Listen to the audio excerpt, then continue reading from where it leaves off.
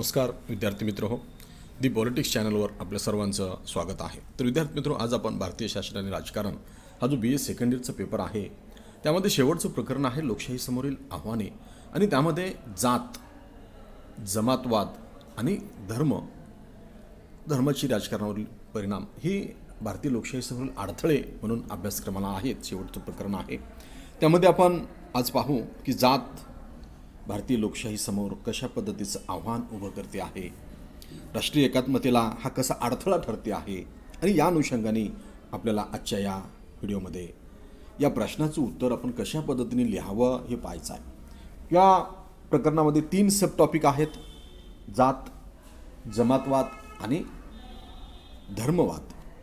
तर अशा ह्या तीनही संकल्पना आपल्याला पाहायच्या आहेत.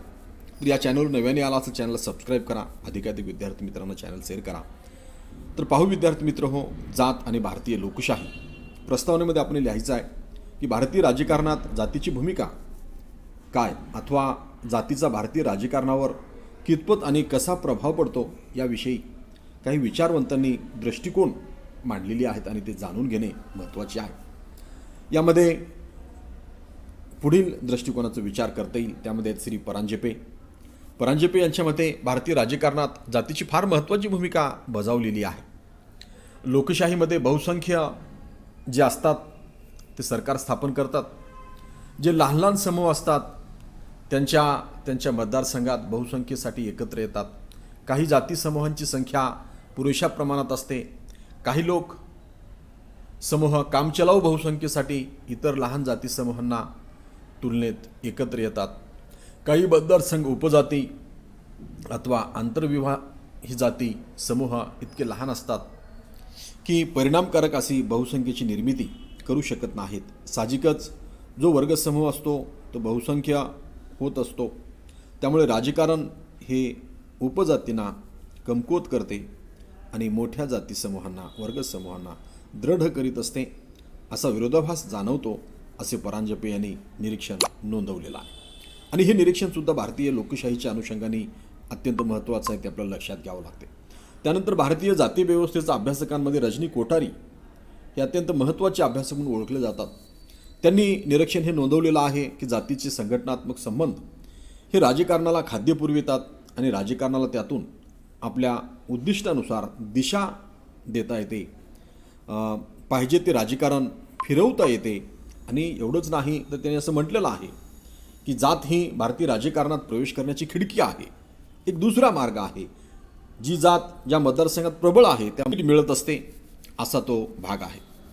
जाती आणि आप्तसंबंधी समूहांना आपली स्वतःची वेगळी ओळखही बनवता येते, आपले वेगळे स्थानही निर्माण करता येते.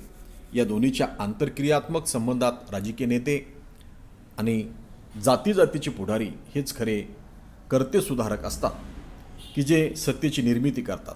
आपली सत्ता संघटित करण्यासाठी राजकारणी जाती समूहाला आणि त्यांच्या अस्मितेला जागृत करत असतात.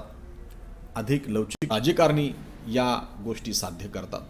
सामाजिक उच्चनीचता अबाधित ठेवण्यासाठी प्रयत्न करतात व राजकीय अभिनिवेशही निर्माण करतात. आपल्या स्वार्थासाठी राजकारणी सर्व जाती समूहांना आपल्या सोयीनुसार जवळ करण्याचा प्रयत्न करतात. त्यांना संघटित करून आपली स्वतःची उद्दिष्ट साध्य करून घेतात, असं रजनी कोठारींनी निरीक्षण नोंदवलेलं आहे. त्यानंतर तिसरे आहेत रुडॉल्फ काय म्हणतात पहा. राजकीय लोकशाहीच्या नवीन संकल्पनेत जात हा घटक मध्यवर्ती स्वरूपाचा आहे. जरी लोकशाही मूल्य आणि पद्धती स्वीकारली असली तरी लोकशाही राजकारणात जातीचा प्रभाव प्रबळ आहे. उलट लोकशाही राजकारणाच्या प्रक्रियेशी जवळीक साधण्याचे सर्वसामान्यांचे एक साधन म्हणून जातीकडे पाहिले जाते, असं रुडॉल्फ यांनी म्हटलेलं आहे. त्यानंतर आहेत मॉरिस जोन्स यांच्या मते जातीला राजकारणात फार महत्त्व आहे. तसेच कधी नव्हे एवढे राजकारणाला जातीचे महत्त्व निर्माण झालेले आहे. जोन्स असे म्हणतात की अगदी उच्चपदस्थ पुढाऱ्यांना जातीविरहित समाजाची अपेक्षा असली तरी ग्रामीण भागातील बहुसंख्य लोक की जे नव्याने राजकारणाशी जवळ येत आहेत त्यांच्या तोंडी मात्र पारंपरिक जातीय राजकारणच दिसून येते. बाह्यतः जरी लोकशाहीचा स्वीकार होत असला तरी अंतर्गत बाबतीत जातीय समीकरणाची जुळवाजुळव करूनच निवडणुकांना सामोरे जात असल्याचे चित्र आपल्याला दिसून येते, असं ह्या 4 अभ्यासकांनी आपलं निरीक्षण नोंदवलेलं आहे. ते आपल्या लक्षात असलं पाहिजे.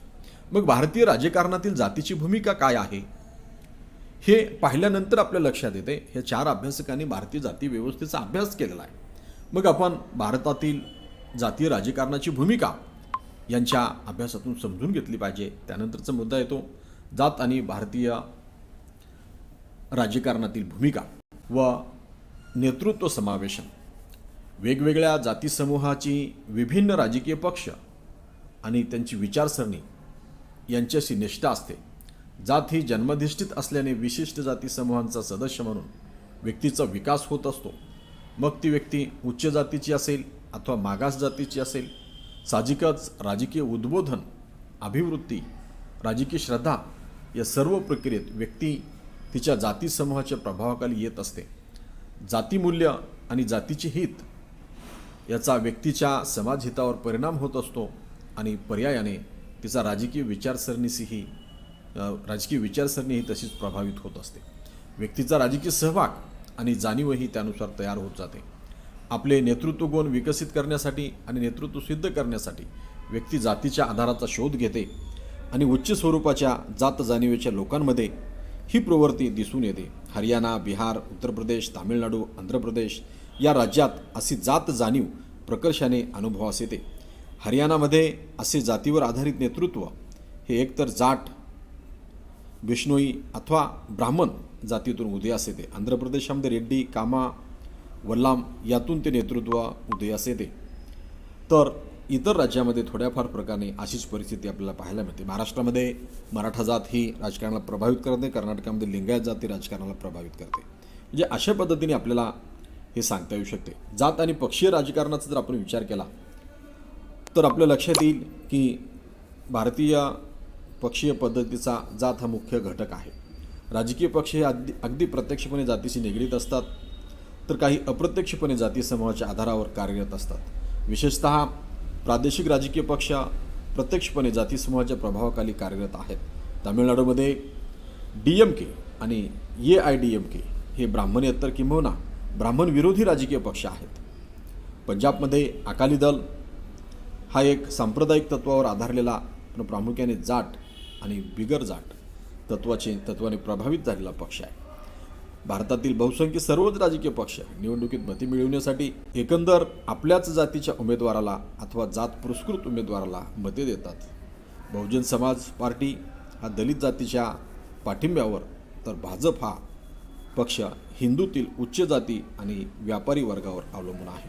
भारतातील सर्व राजकीय पक्ष थोड्याफार फरकाने त्याची धोरणे आणि अंमलबजावणी या बाबतीत जातीय दृष्टिकोनाचाच वापर करतात. किंबहुना जातीशिवाय राजकारण होऊ शकत नाही. राजकीय अस्तित्वाचा आणि राजकीय प्रस्थापनेचा जात हा एक भक्कम आधार आहे हे आपल्याला दिसून येते. त्यामुळे जात आणि पक्षीय राजकारण हे पक्क समीकरण भारतीय राजकारणामध्ये झालेलं आपल्याला पाहायला मिळत असते. तर विद्यार्थी मित्र, त्यानंतरचा मुद्दा आहे जात आणि निवडणूक. भारतीय राजकीय प्रक्रियेमध्ये एकूण निवडणुकीचा राजकारणात जात हा घटक फार महत्त्वाचा आहे. सर्वच राजकीय पक्ष निवडणुकीत आपला उमेदवार निवडताना त्या मतदारसंघात त्या भागातील विशिष्ट जातीचा उमेदवार शोधतात, त्यालाच निवडून आणण्याचा प्रयत्न करतात. जात आणि धर्म यांच्या नावाखाली प्रामुख्याने निवडणूक लढविली जाते. स्वतःला धर्मनिरपेक्ष बनवणारे पक्षही जातीच्याच आधारावर निवडणुका लढवतात, निवडणुकीत महत्त्व देतात. काँग्रेस, जनता दल, CPI, CPIM असे सर्वच पक्षांचा समावेश यामध्ये होतो. प्रत्येक राजकीय पक्षाचे दाखवण्याचे दात वेगळे आणि खाण्याचे दात वेगळे असतात. निवडणुकीच्या प्रचारात जातीच्या आधारावरच मते मागितली जातात. आपल्या माणसाला मत द्या म्हणजे आपल्या जातीच्या उमेदवाराला मत द्या असा अप्रत्यक्ष संदेश पसरविला जातो. निवडणुकीच्या वेळी जात हाच एक अत्यंत प्रभावी असा राजकीय पक्ष असतो, हे आपण लक्षात घेतलं पाहिजे आणि ते अधोरेखित केलं पाहिजे. त्यानंतरचा मुद्दा येतो निवडणुकीच्या वेळी जातीय भावनांना आव्हान केले जात असले तरी अशा वेळी दुसऱ्या जातीची मते गमावण्याचा धोका निर्माण होत असतो. अशा वेळी आपल्या जातीची मते फुटणार नाहीत याची खबरदारी पुरेपूर घेतली जाते. ही भारतीय राजकारणातील जातीचा प्रभाव आहे. त्यानंतर आहे जात आणि भारतीय राजकारणातील दुही आणि एकात्मता निर्माण करणारा घटक. हा जात हा दुहीही निर्माण करतो आणि एकात्मताही निर्माण करतो. भारतीय राजकारणात जात दुहेरी भूमिका बजावते हे आपण लक्षात घेतलं पाहिजे. परस्परात दुही माजविण्याचे काम भिन्न भिन्न जाती करतात. तसेच परस्परात एकवाक्यता निर्माण करतात. काही हितसंबंधी समूह निर्माण होतात तर ते स्वतःच्या हिताचीच जपणूक करण्याचा प्रयत्न करतात. यासाठी ते इतरांशी स्पर्धा संघर्ष करतात, जेणेकरून आपल्या हाती सत्ता असावी यासाठी प्रयत्नशील असतात. काही वेळात यातून पराकोटीचा संघर्ष निर्माण होतो. याचवेळी परस्पर विरोधी गटात एकात्मताही निर्माण करण्याचा प्रयत्न केला जातो. शेवटी सत्तेसाठी सर्व एकत्र येतात. सत्तांतराचा भय व लज्जा अशी सर्वच राजकीय पक्षांची स्थिती असते, हे आपण लक्षात घेतलं पाहिजे. त्यानंतर आहे ग्रामीण भागामध्ये सत्तेचे क्षेत्रफळ मर्यादित असल्याने परस्पर विरोधी जातीगट एकमेकाशी मिळते जुळते येण्याचा प्रयत्न करतात. तथापि 2 अथवा 3 मोठे जाती समूह असतात तेव्हा ते अधिक कार्यवादी बनतात. त्यानंतरचा 5वा घटक आहे जात आणि राजकीय पक्षाकडून केला जाणारा सत्तेचा वापर. तर यामध्ये आपल्याला हे सांगायचं आहे की जात हे भारतीय राजकारणात महत्त्वाचं वैशिष्ट्य आहेच. तसेच विविध राजकीय प्रक्रियेमध्ये जात महत्त्वाची भूमिका बजावत असते. त्याचप्रमाणे निर्णय प्रक्रियेतही जात महत्त्वाची भूमिका पार पाडते. राज्याची पुनर्रचना करण्याचा एकाच अथवा विशिष्ट राज्यात एखादी जाती समूहाचे वर्चस्व प्रस्थापित होणार नाही किंवा त्याला प्रतिबंध होईल या दृष्टीने विचार करण्यात आला होता. राज्य सरकारची धोरणे आणि निर्णय प्रक्रियेवरही जात हा घटक परिणाम करत असतो. सत्तेवर आणणारा पक्ष आपल्या राज्यातील प्रमुख जाती समूह दुखावला जाणार नाही याची काळजी घेऊनच निर्णय प्रक्रिया राबवित असतो किंवा प्रमुख जातीच्या हितासाठी निर्णय घेतले जातात. सत्तेवर असणारा पक्ष प्रामुख्याने अनुसूचित जातीचे कल्याण डोळ्यासमोर ठेवून निर्णय प्रक्रिया राबवित असतो. त्यामुळे असे जाती समूह हे राजकीय पक्षांची वोट बँक म्हणून ओळखले जाते. प्रादेशिक राजकीय पक्ष जेव्हा जेव्हा सत्तेवर येतात तेव्हा ते राज्यातील आपला पाठिंबा देणाऱ्या जाती समूहाची हित जपण्याचा प्रयत्न करतात. राजकीय पदावरील विविध स्वरूपाच्या नियुक्त्यांची जातीय पक्षीय हित डोळ्यासमोर ठेवूनच घेतले जाते. मंत्रिमंडळाची रचना करताना खातेवाटप करताना देखील जातीय दृष्टिकोनच प्रमुख असतो. मंत्रिमंडळातील महत्त्वाची पदे व खाती अशा जाती समूहाकडे असतात. थोडक्यात सत्ता विनियोग जातीय हितसंबंध जपण्याच्या दृष्टिकोनातूनच केला जातो. त्याच्यानंतर भारतीय राजकारणामध्ये 6वा घटक आपण घेऊ जात आणि स्थानिक सरकार. जे जिल्हा परिषद पंचायत समिती हे आपण 73व्या स्वराज्य घटनेत जे आणलं त्यामधलं राजकारण काय करते आहे जातीनुसार. पंचायत राज व्यवस्था ही स्थानिक स्वराज्य संस्था जातीच्या भूमिकेची कार्यपद्धती ही तर एक वास्तवताच आहे. अर्थात जातीय पातळीवर अथवा जातीवर आधारित कार्यपद्धती पंचायत राज पद्धतीच्या परिणामकारक अंमलबजावणीत एक अडथळा बनत आहे. तर ही वास्तवता अशी आहे की ग्रामीण भागात जात हे एक संपर्काचे माध्यम, गतिशीलतेचा तक्ता, प्रतिनिधित्व, नेतृत्व आणि निवडणूक आणि राजकीय प्रक्रिया यांच्यातील माध्यम म्हणून ओळखले जाते. त्यानंतरचा मुद्दा आपल्याला घेता येतो जात आणि भारतीय राज्यघटना. भारतीय राज्यघटनेत धर्मनिरपेक्षतेचे तत्त्व स्पष्टपणे नमूद करण्यात आलेले आहे. तरी काही प्रमाणात आणि अप्रत्यक्षपणे जातीवर आधारित आरक्षण देऊन जाती व्यवस्था घटनेतही मान्य केलेली दिसून येते. संसदेमध्ये अनुसूचित जाती आणि जमातींना काही जागा आरक्षित केल्या. तसेच राज्य विधिमंडळातही तसेच आरक्षण निश्चित करण्यात आले. कलम 330 आणि 332 शिवाय लोकसेवा क्षेत्रातही अशा जाती निहाय आरक्षणाला मान्यता देण्यात आलेली आहे. त्यामुळे धर्मनिरपेक्षतेच्या तत्त्वाला एक प्रकारे छेद देण्याचा प्रयत्न झालेला आहे.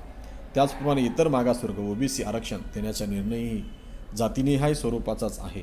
अनुसूचित जाती आणि जमाती आयुक्त कार्यालयालाही राज्यघटनेने काही अधिकार दिलेले आहेत. त्यानुसार जाती प्रवर्गाला मिळणाऱ्या सर्व सुविधा व्यवस्थित मिळतात की नाही याविषयीची पाहणी जबाबदारी सोपविण्यात आलेली आहे. बिहार, मध्य प्रदेश, ओरिसा या राज्यामध्ये अनुसूचित जाती, जमाती आणि इतर मागासवर्गीय जाती यांच्यासाठी स्वतंत्र मंत्रालयाची निर्मिती करण्यामध्ये अप्रत्यक्षपणे जातीच्या घटकाला मान्यता देण्यात आलेली आहे. साहजिकच आरक्षणाच्या बाजूने आरक्षण विरोधी अशी प्रवृत्ती भारतात निर्माण झाली. तो घटनेतील तरतुदीचाच परिणाम मानावा लागेल. SC, ST, OBCसाठी आरक्षण दर 10 वर्षांनी पुन्हा नव्याने वाढवून देणे हा एक राजकीय हेतूच म्हटला पाहिजे. यामध्ये सर्वच मागास जातीचे कल्याण ही जरी भूमिका असली तरी सत्तेवर येणाऱ्या प्रत्येक राजकीय पक्षाला आपली वोट बँक साबूत ठेवण्यासाठीच असे निर्णय घ्यावे लागतात हे आपल्याला नाकारता येत नाही. हे भारतीय राजकारणाचं वास्तव आहे. त्यानंतर मग आपण हे सांगितलं पाहिजे की भारतातील आरक्षणाचं धोरण हे जे आहे ते भारतातील जातीच्या प्रभावाने प्रतिबिंबित असल्याचे जाणवते. आरक्षण आता खाजगी क्षेत्रालाही लागू केले जात आहे आणि सद्यस्थितीत एकूण आरक्षणाचे प्रमाण 49.5% इतके आहे. घटनेत आरक्षणाची मर्यादा 50% करण्यात आलेली आहे. जातीय हिंसाचार हा जर आपण पाहिला तर तो आपल्याला दिसतो की कसा आहे. जातीवर आधारित हिंसाचार राजकारणाचे अगदी जवळचा संबंध असलेला आपल्याला दिसतो. पारंपरिक उच्च जाती आणि कनिष्ठ जाती या आता नव्या जोमाने आणि पूर्ण ताकदीने समाजात आपली सत्ता प्रस्थापित करण्यासाठी एकमेकांसमोर येताना दिसत आहेत. उच्च जातींचा खालच्या जाती विरोधातील आक्रमकपणा, दहशतवाद आणि मध्यम जातीचे त्यात असणारे छुपे आणि उघड संबंध या गोष्टी म्हणजे भारतीय राजकारणातील अतिशय हीन प्रकार आहे.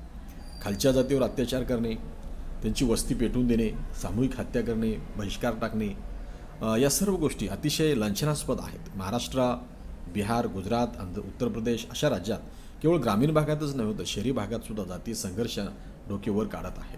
बिहारमध्ये जात सेना म्हणजे राज्याच्या राजकारणातील दुर्दैवी प्रकार म्हणावा लागेल. जातीय हिंसाचार हा राज्याच्या सामाजिक आणि राजकीय पटलावरील सर्वात मोठा आघात आणि ताण होत आहे.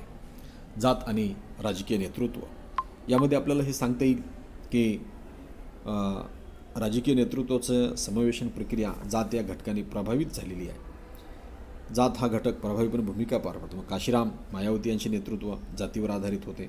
चौधरी चरण सिंग, कर्पूरी ठाकूर बिहार, देवराज कर्नाटक, लालू प्रसाद यादव बिहार अशी सर्व नावे ही जातीवर आधारित राजकीय नेतृत्वाची आहेत हे आपल्याला नाकारता येत नाही. म्हणजे अशा पद्धतीने भारतीय राजकारणाला जात कशी प्रभावित करते हे आपल्याला दाखवून देता येते. त्यानंतर आपण पुढच्या व्हिडिओमध्ये हे पाहू की जात आणि जातीयवाद यातील राज्यातील राजकारण कशा पद्धतीचं आहे. आपल्याला जातवादच समजून घ्यायचा होता. जातीयवाद हा जो आहे तो समजून घेण्यासाठी ही सगळी भूमिका भारतीय राजकारणातील जात हे आपल्याला पाहणं आवश्यक होतं, म्हणून हे आपण पाहिलेलं आहे. त्यानंतर आपण पुढच्या व्हिडिओमध्ये हे पाहू की जातवाद आणि भारतीय राजकारण किंवा भारतीय राजकारणातील जातीयवाद हा प्रश्न आपण पुढच्या व्हिडिओमध्ये घेऊ. धन्यवाद विद्यार्थी मित्र. चॅनल नव्याने आला चॅनल सबस्क्राईब करा, अधिकाधिक विद्यार्थी चॅनल शेअर करा.